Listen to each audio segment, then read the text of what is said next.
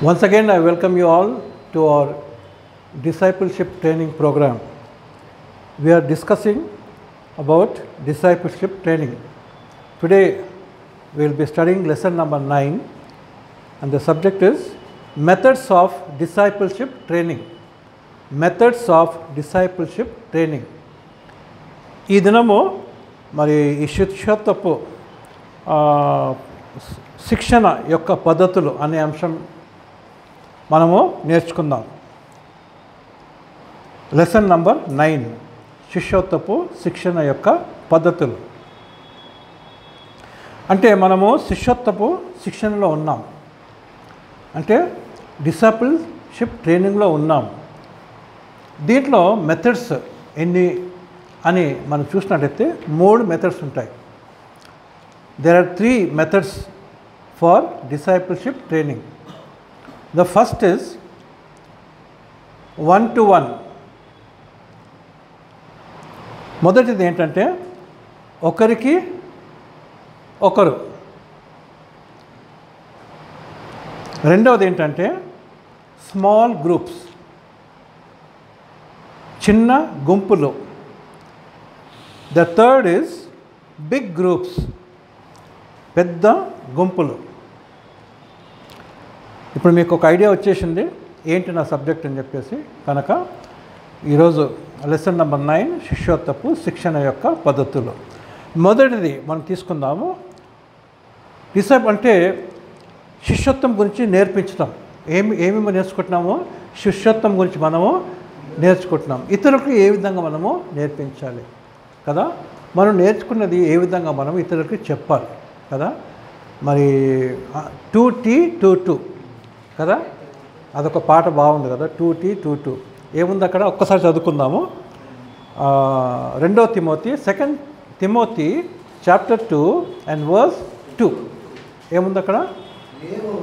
నీవు అనేక సాక్షుల ఎదుట నా వలన వినిన సంగతులను ఇతరులకును బోధించుటకు సామర్థ్యము గల నమ్మకమైన మనుషులకు అప్పగింపము అంటున్నాడు. కనుక ఒక రెస్పాన్సిబిలిటీ ఉంది మనకి. ఏమిటి రెస్పాన్సిబిలిటీ? ఈ వాక్యం అన్నమాట. దేవునికి స్తోత్రం, హల్లెలూయా. ఈ బైబిల్ గ్రంథం దేవుడు మనకి ఇచ్చినాడు కనుక, ఈ రక్షణ మనకి ఇచ్చినాడు కనుక ఈ రెస్పాన్సిబిలిటీ మనం ఫీల్ కావాలి. ఈ రెస్పాన్సిబిలిటీ మనం ఫీల్ అయ్యి మనము ఇతరులకి చెప్పాలన్నమాట. అది కనుక మొదటిగా ఏ విధంగా మనం చెప్పాలంటే ఒకరికొకరు. ఏంటది? ఒకరికొకరు. ఇది మరి చాలా ఈజీగా అనిపిస్తుంది కానీ దీంట్లో కూడా మరి కొన్ని ప్రాబ్లమ్స్ ఉంటాయి. ఎవరికి మనం చెప్పాలి అని ఆలోచన చేసినప్పుడు మనము మరి ఒక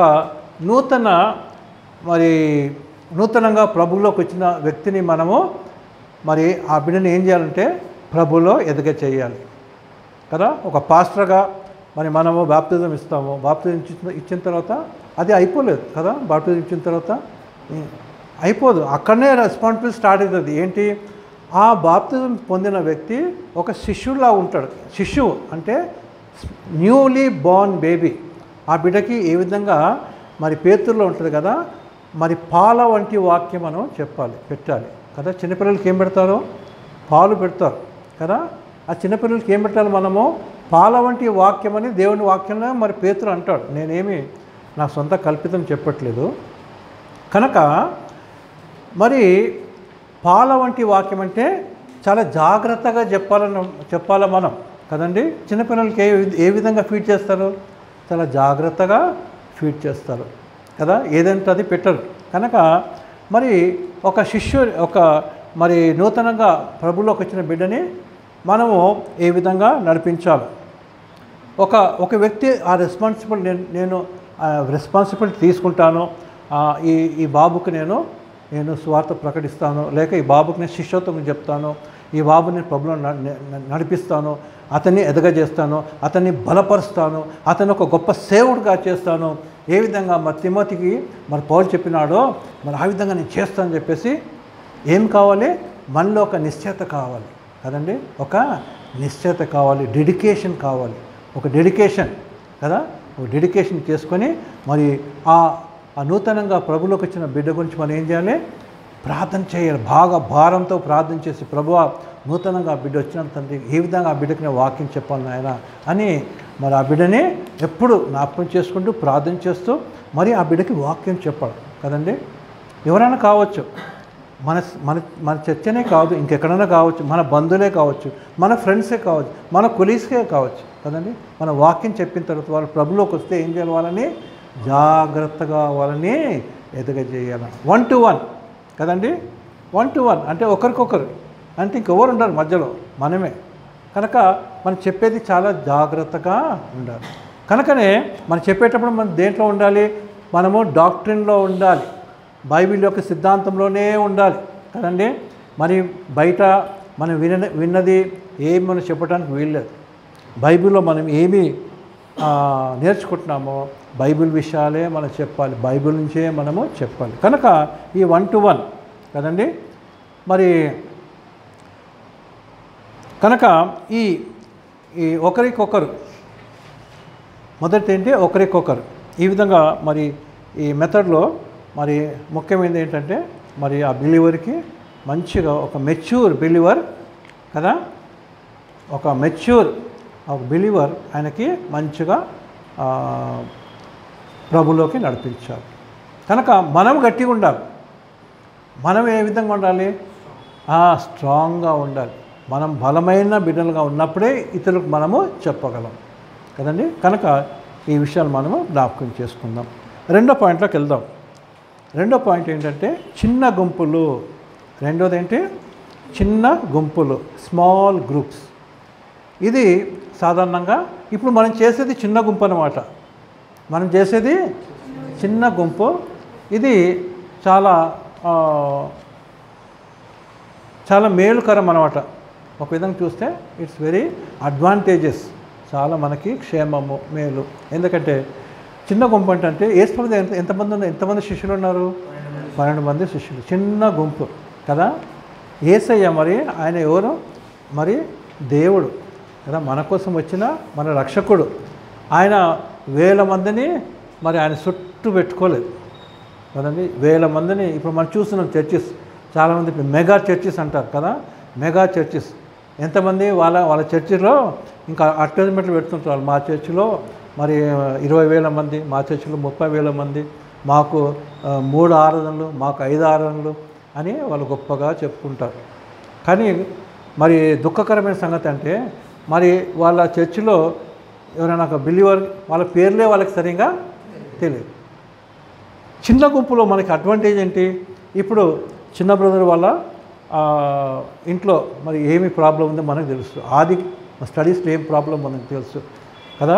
మరి పెద్దయ్య గారు మరి స్వామిదాస్ గారి ఆయనకి ఏం ప్రాబ్లం ఉందో అని ఈ విధంగా ప్రతి ఒక్కరి గురించి మనకి తెలుస్తుంది. నాకేం ప్రాబ్లం ఉందో మీకు తెలుసు కదా. నాకేం ప్రాబ్లం ఉంది నేను చెప్పినాం కదా, గత వారం అంతా నాకు అస్వస్థత ఉండి అని చెప్పినాను కదా, మీకు అందరికి తెలుసు. అయితే ఈ విధంగా చిన్న గుంపులు ఏమవుతుందంటే ఒకరి ఒక విషయాలు ఒకటి మనకి తెలుస్తాయి. దాంట్లో ఏమవుతుందంటే మనం ఒకరి గురించి ఒకరు మనం ప్రార్థన చేయడానికి ఆస్కారంగా ఉంటుంది కదా. మరి యోహాన్ బ్రదర్ ఇంకా రాలేదు కదా. నేను డైలీ ప్రార్థన చేస్తుంటాను. మనమంతా ప్రార్థన చేయాలి. మనమంతా మన చిన్న గుంపు గురించి మనం ప్రార్థన చేయాలి. మనం డైలీ ప్రార్థన చేసేటప్పుడు ఒక్కొక్కరు పేరు తీసుకొని మనం ఏం చేయాలా? ప్రార్థన చేయాలి. అదే మేలు. చిన్న గుంపులో మేలేంటి? అందరినీ మనము గుర్తుపడతాం. సుజిత్ మరి గిటార్ ఎంత మరి కష్టపడి గిటార్ నేర్చుకోవాలని చెప్పి ప్లాన్ కదా. ఆల్ఫా కూడా కీబోర్డ్ నేర్చుకోవాలని, మరి ఆది కూడా గిటార్ నేర్చుకోవాలని, కానీ మరి ఎగ్జామ్స్ ఉన్నాయి కదా. ఈ విధంగా చిన్న గుంపులో మనకేమవుతుందంటే ఒకరి విషయాలు ఒకరు మనకు తెలుస్తాయి. దాని ద్వారా ఏంటి మనకు రెస్పాన్సిబిలిటీ పెరుగుతుంది కదా. మరి మన మధ్యలో పాస్టర్ గారు, యోహాన్ పాస్టర్ గారు ఉన్నారు కదా. ఆయనకి ఏదైనా ప్రాబ్లం ఉంటే మనకు తెలిసినప్పుడు నేనేం చేయాలి? ఆయన గురించి నేను ప్రార్థన చేయాలి, ఆయన కుటుంబం గురించి ప్రార్థన చేయాలి కదా.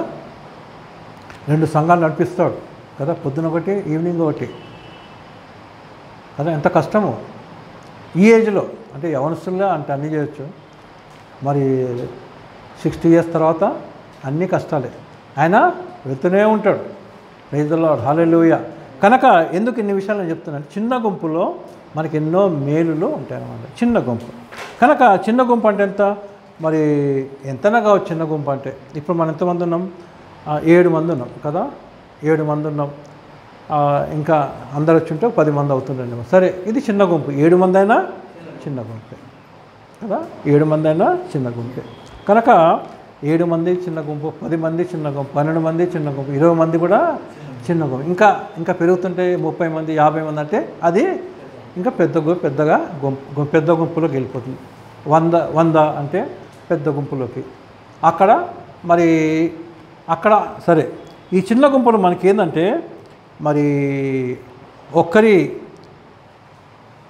ఒకరి విషయాలు మనము తెలుసుకుంటూ మంచిగా మనం టీచ్ చేసుకోవచ్చు కదా, మంచిగా మనము ఒకరికొకరు నేర్పించుకోవచ్చు.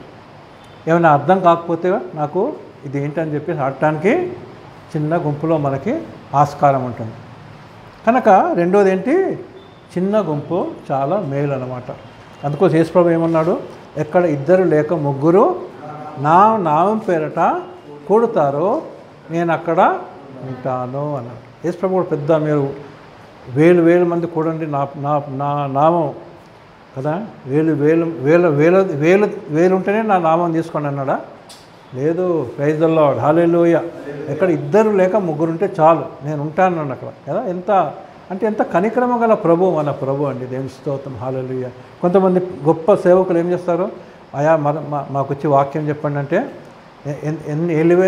ఎన్ని వేల మంది వస్తారంటారు. ఫస్ట్ ఏమడుగుతారు, ఎన్ని వేల మంది అంటే వాళ్ళు జస్ట్ 100 అంటే వాళ్ళకి చాలా చిన్నతనం అట.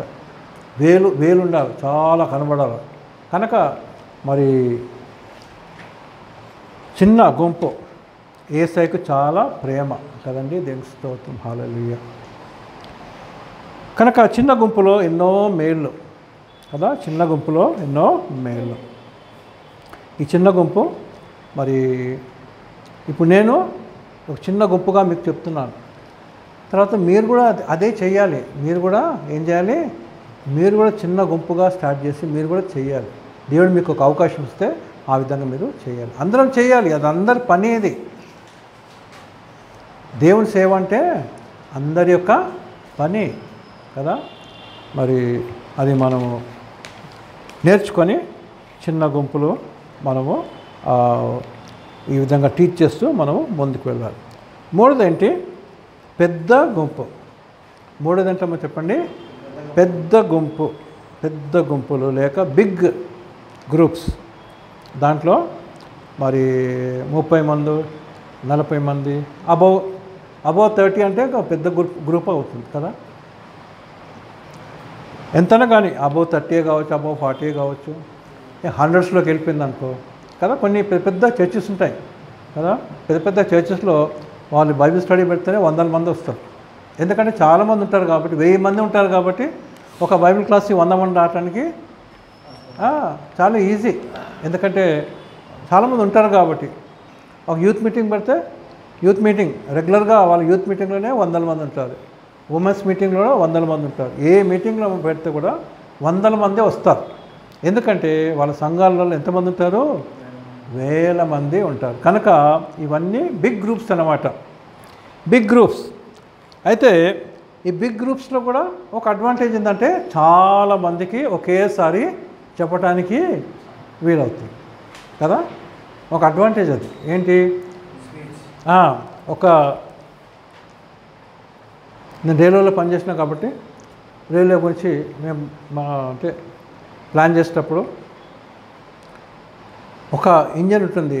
ఆ ఇంజన్ని ఆప్టిమల్ యూటిలైజేషన్ అంటారు కదా. ఆప్టిమమ్ యూటిలైజేషన్ అంటే దానికి ఉన్న కెపాసిటీ మొత్తం వాడుకోవాలి.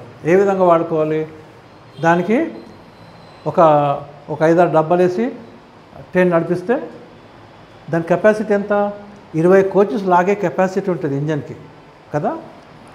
కనుక ఏం చేస్తారు, దాదాపు 20 కోచెస్ పెడతారు. 20 కోచెస్ పెడితే 20 కోచెస్ నడిపిస్తారు కదా. కనుక ఒక ఇంజన్తో ఎన్ని కోచెస్ నడిపిస్తున్నారు? 20 కోచెస్ నడిపారు.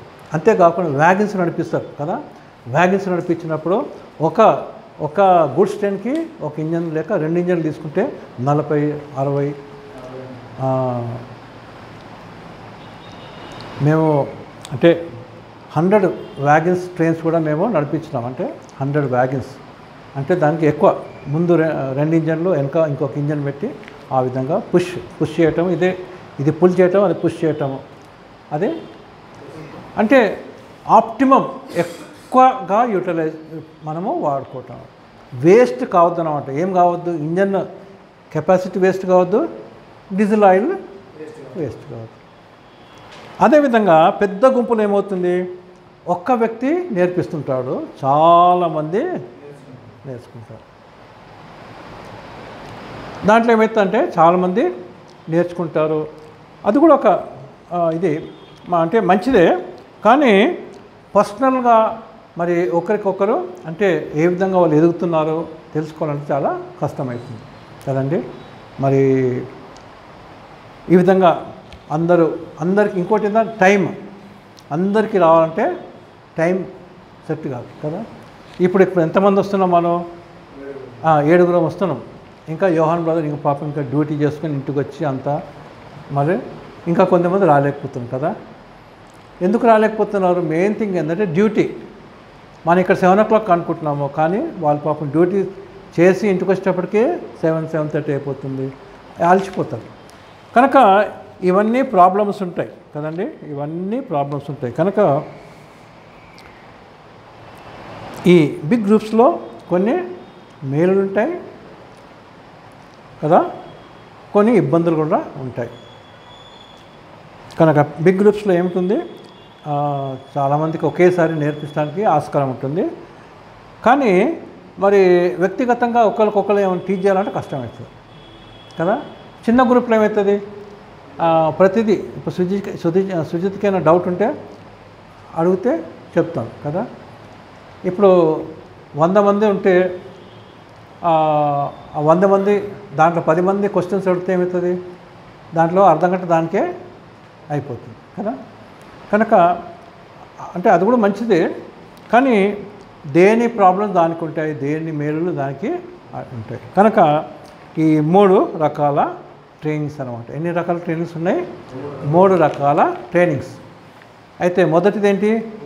ఒకరికొకరు అంటే ఒక వ్యక్తికి మనము డెడికేట్ చేసుకొని ప్రార్థన చేసి ప్రభువా అని చెప్పేసి ఏ విధంగా మరి మనము ఎవరన్నా మరి ఒక వ్యక్తి గురించి ప్రార్థన చేయాలనుకుంటే ఆ వ్యక్తి గురించి మనము ప్రార్థన చేస్తే చాలా సంవత్సరాల తర్వాత, కొన్నిసార్లు సంవత్సరాల తర్వాత కూడా మరి ఆ వ్యక్తి ప్రభులోకి రాడు, కానీ ఒకరోజు తప్పకుండా ఆ వ్యక్తి ప్రభులోకి వస్తాడు.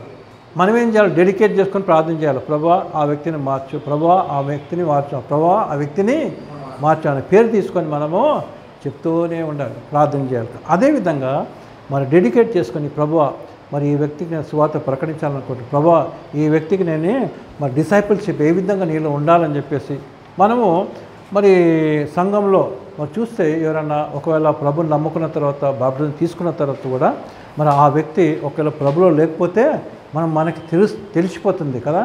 మరి అప్పుడు ఏం చేయాలి? మనం ఆ వ్యక్తిని మనం గుర్తు చేసుకుని ప్రార్థన చేసి వీలైతే మనం ఏం చేయాలా? ఒక అడుగు ముందుకేసి బ్రదర్ ఎట్లున్నారు, మీరు ఎట్లున్నారు, మీరు చర్చికి రావట్లేదు సరిగ్గా అని చెప్పేసి ఆ బ్రదర్ని పట్టుకొని ఏంటి ప్రాబ్లం, చర్చికి రావట్లేదు అంటే అప్పుడు చెప్తాడు. అడిగితేనే చెప్తారు కదా. దానికి ఏం కావాలో? మనకి డెడికేషన్ కావాలి, ప్రేమ కావాలి, కనికరము కావాలి కదా. బాగా ప్రార్థన చేయాలి. ప్రార్థన చేసి ప్రభా నేను ఆ వ్యక్తితో ఫస్ట్ ప్రార్థన చేయాలి. ఆ వ్యక్తితో మాట్లాడాలనుకుంటున్నాను ప్రభా, నీ కృప నాకు దయచేతండి, ధైర్యం దయచేయి, జ్ఞానం దయచేయి ప్రభా అని చెప్పేసి, తగ్గింపు దయచేయి ప్రభా అని చెప్పేసి మనం ప్రార్థన చేసుకొని ఆ ఒక్క వ్యక్తిని మనం పట్టుకుంటే అప్పుడు ఆ వ్యక్తి చెప్తాడు నాకు ఈ ప్రాబ్లం ఉంది, ఈ ప్రాబ్లం, ఆ ప్రాబ్లం అని చెప్పినప్పుడు ఏదైనా వ్యసనాలు ఉన్నాయా అవి చెప్తే కూడా మనం ఏం చేయాలి? నీకోసం ప్రార్థన చేస్తాం ప్రభు అని చెప్పేసి ఆ వ్యక్తిని మనం ప్రార్థన చేయాలి. మళ్ళీ ఆ వ్యక్తి గురించి వేరే వాళ్ళకి చెప్పొద్దు ఆ వ్యక్తి గురించి వేరే వాళ్ళకి చెప్పొద్దు. మనకు చెప్పినాడు కాబట్టి అది మన రెస్పాన్సిబిలిటీ, మన బాధ్యత, మనం వహించి ఆ వ్యక్తి గురించి మనం బాగా ప్రార్థన చేయాలి, ప్రభువులోకి నడిపించాలి, ఎదగజేయాలి. అది 1-to-1 అన్నమాట. ఏ విధంగా అంటే ఆ బిడ్డ ఇంకా గట్టిగా నిలబడాలి. దీనికి స్తోత్రం, హల్లెలూయా. రెండోది చూసినాం కదా, మరి స్మాల్ గ్రూప్స్ మనం ఈ విధంగా మరి మనము నేర్చుకుంటున్నాం. అంతేకాకుండా మనం అందరం కూడా ఇంకా ఏం చేయాలి, చిన్న గ్రూప్స్ మనం స్టార్ట్ చేయాలి కదా. పెద్ద గుంపులు చూసినాం, పెద్ద గుంపులు పెద్ద సంఘాల్లో ఉంటాయి కనుక మరి అది. అయితే ఈ గ్రూప్స్లో మనం ఏం చేయాలి కదండి, ఎలా నడిపించాలి. నెక్స్ట్ పాయింట్ ఏంటి, ఎలా నడిపించాలి, హౌ టు డూ, ఎలా నడిపించాలి. మొదటిగా ఏంటంటే ఒక సిలబస్ మనకు ఉండాలి. ఏముండాలి, ఒక సిలబస్ ఉండాలి. మరి ఒక టీచర్కి నువ్వు ఫస్ట్ క్లాస్ లెసన్ చెప్పంటే ఫస్ట్ క్లాస్ కదా, ఏముంది ఫస్ట్ క్లాస్ అని చెప్పేసి రెండు పిల్లలు ఏబిసిడి చెప్పండి అంటే అయిపోతుందా? కాదు కదా. ఈరోజు ఏం చెప్పాలి, తర్వాత నెక్స్ట్ ఏం చెప్పాలి, ఆ తర్వాత ఏం చెప్పాలి, డైలీ వాళ్ళు ప్రిపేర్ చేసుకుంటారు. ప్రిపేర్ చేసుకోవాలి కదా, ప్రిపేర్ చేసుకోవాలి కదా. అదేవిధంగా మరి హై స్కూల్కి వెళ్ళే పిల్లలు 8th class teacher 8th class కదా, మరి వాళ్ళకి ఫస్ట్ డే ఏం చెప్పాలి, సెకండ్ డే ఏం చెప్పాలి, థర్డ్ డే ఏం చెప్పాలి అని వాళ్ళు ప్రిపేర్ చేసుకుంటారు. 10th క్లాస్కి రెస్పాన్సిబిలిటీ ఎక్కువ, ఎందుకంటే వాళ్ళు పాస్ కావాలి. సిలబస్ ఆల్రెడీ ఉంటుంది, బుక్ ఉంటుంది కనుక ఏ విధంగా టీచర్ ప్రిపేర్ కావాలి. కనుక మనము ఒక సిలబస్ మన దగ్గర ఉండాలి కదా, ఒక సిలబస్ మన దగ్గర ఉండాలి. ఇప్పుడు మీ ఫ్యూచర్లో మీరు డిసైపుల్షిప్ ట్రైనింగ్, శిష్యోత్తపు శిక్షణ ఇవ్వాలనుకుంటే ఈ లెసన్స్ కూడా మీరు యూజ్ చేసుకోవచ్చు కదా. మనకి ఇప్పుడు 9th లెసన్ ఇవ్వాలా, ఇట్లా ఇంకా కొన్ని రోజులు అయితే అయిపోతుంది. కనుక ఈ లెసన్స్ ఏం చేయాలి, మీరు జాగ్రత్త, మీరు వీటిని మీరు ఏం చేయొచ్చు, మీరు టీచ్ చేయొచ్చు. లేకపోతే దేవుడు మీకు ఏదైనా ప్రేరేపిస్తే ఆ అంశం కూడా ఆ విధంగా కూడా మీరు చేయొచ్చు. కనుక ఏంటి, ఫస్ట్ది ఏంటంటే మనకి పాఠ్య ప్రణాళిక ఉండాలి. సబ్జెక్ట్ లేక సిలబస్ ఏంటంటే పాఠ్య ప్రణాళిక కదండి, సిలబస్. రెండోది టీచ్ చేయాలి. రెండోది ఏంటి, టీచ్. మనకి సిలబస్ ఉంది దగ్గర, కానీ మనము ఇంట్లో ప్రిపేర్ కాకుండా మనం ఉంటే ఏమవుతుంది, మనం టీచ్ చేయలేము. కనుక మనము ఆదివారం మనం సండే చర్చిలో వాక్యం చెప్పాలంటే ఏం చేస్తాం, మనం మండే నుంచి ప్రిపేర్ అవుతాం కదా. Monday, Tuesday, Wednesday, Thursday, Friday, Saturday ప్రార్థన చేయాలా, ప్రిపేర్ కావాలా, ప్రార్థన చేయాలా, ఆ వాక్యం ప్రిపేర్ చేసుకోవాలి కదా. ప్రతి పాస్టర్ ఆ విధంగా ప్రిపేర్ అవుతాడు కదా. ఎంతో మరి చదివి ఎన్నో రెఫరెన్సెస్ నేర్చుకొని ఎంతో రెఫరెన్సెస్ మరి తీసుకొని చివరికి ఏం చేస్తాడో మరి వాక్యం ప్రకటిస్తాడు కదా. ఏమి లేకుండా గబుక్కున సండే వచ్చేసి ఆ బైబిల్ తెసేసి బైబిల్ ఇక ఏమి ఇట్లా ఓపెన్ చేయగానే ఏమొస్తే రైట్ ఈరోజు మనం 2వ దినవృత్తాంతములు చదువుకుందాం అని చెప్పి 7వ అధ్యాయము అని చెప్పేసి అక్కడ ఏది ఉంటే అది చెప్పేస్తే ఏమవుతుందంటే మనము మంచిగా చెప్పలేము, ఇతరులు తెలుసుకుంటారు ఏంటంటే ఈయన ప్రిపేర్ కాలేదు కదా. కనుక మనం బాగా ప్రిపేర్ కావాలి, బాగా కష్టపడాలి. డైలీ 1 అవర్ చాలు, డైలీ 1 అవర్ ప్రిపేర్ కావాలి. 1 అవర్ బైబిల్ ముందు కూర్చోవాలి, అంతే. 1 అవర్ కూర్చోవాలి. ఆ తర్వాత ప్రార్థన చేయాలి, ప్రభువా నన్ను నడిపించు, నన్ను నడిపించు అని చెప్పి. అదేవిధంగా ఏ విధంగా ఒక పాస్టర్ మరి ప్లాన్ చేస్తాడో, కష్టపడతాడో, అదేవిధంగా ఒక సువార్థికుడు కూడా కష్టపడాలి. ఒక సువార్థికుడు కూడా ఏం చేయాలి, సువార్తకు వెళ్ళకముందు కష్టపడాలి.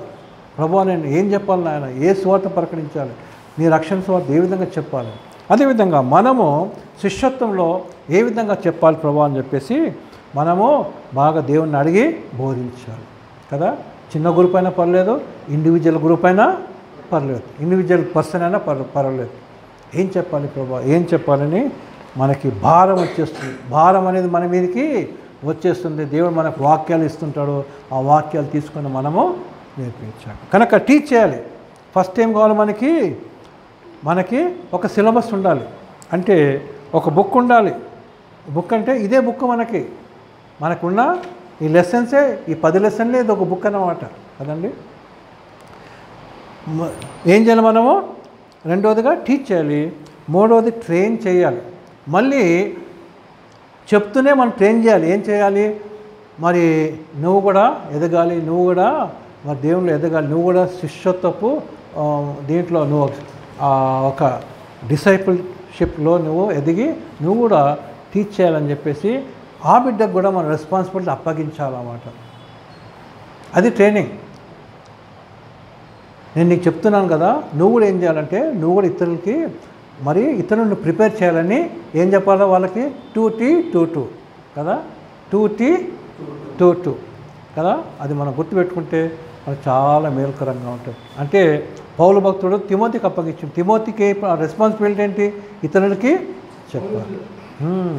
కనుక ఇతరులను ట్రైన్ చేయాలి అనేక విధాలుగా. ట్రైన్ అంటే ఎట్లా? ఈ ఒక సిలబస్ పెట్టుకొని ట్రైన్ చేయాలి. నాలుగోది ఏంటంటే కౌన్సిల్ కదండి. ఆలోచన ఇవ్వాలి. అంటే యేసు పుట్టినప్పటికైనా ఒక గొప్ప పేరు వచ్చింది ఏంటంటే ఆలోచనకర్త కదండి. కనుక మనకి ఏం భయం లేదు. మన దేవుడు యేసయ్య ఉన్నాడు, ఆయన ఆలోచనకర్త కదండి. మనకు ఆలోచనలు ఇస్తాడు, మంచి ఆలోచనలు ఇస్తాడు.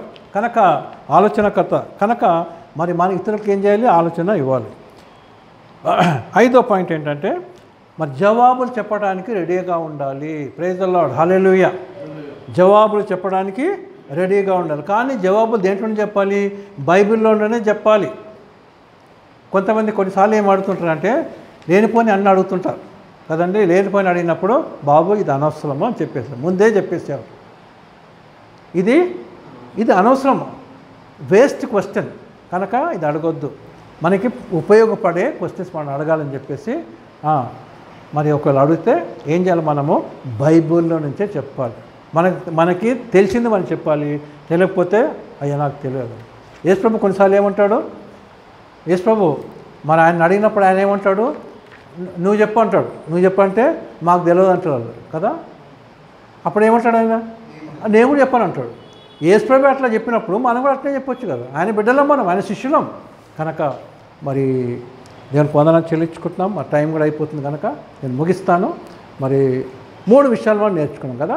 Discipleship, methods of discipleship training కదా. దాంట్లో 3 ఉన్నాయి. ఒకటి ఏంటంటే 1-to-1, రెండోది 1-to-1 అంటే ఒకరికొకరు, రెండోది స్మాల్ గ్రూప్స్ అంటే చిన్న గుంపులు, మూడోది ఏంటంటే బిగ్ గ్రూప్స్ కదా. బిగ్ గ్రూప్స్ పెద్ద గుంపులు. తర్వాత ఏంటి, ఏ విధంగా మనం చేయాలి.